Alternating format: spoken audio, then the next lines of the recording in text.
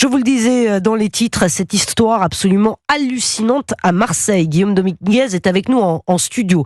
Un mineur de 14 ans est le meurtrier présumé d'un chauffeur VTC.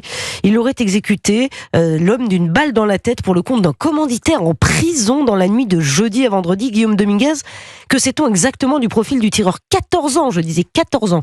Eh bien, selon les informations d'Europe 1, il s'agit d'un Comorien né à Nîmes, âgé, vous l'avez dit, d'à peine 14 ans. Son profil est bien connu des services de police.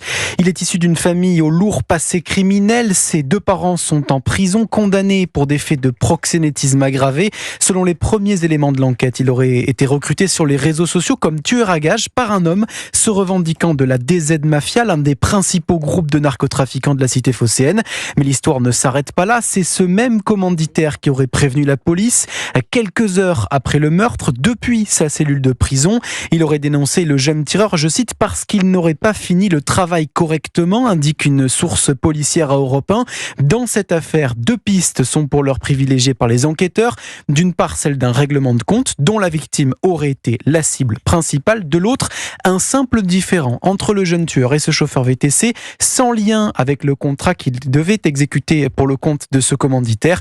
L'enquête n'en est qu'à ses débuts. Le procureur de Marseille doit s'exprimer demain matin pour apporter plus d'éléments dans l'affaire. Merci beaucoup Guillaume Dominguez, et vous suivez évidemment cette affaire pour Europe.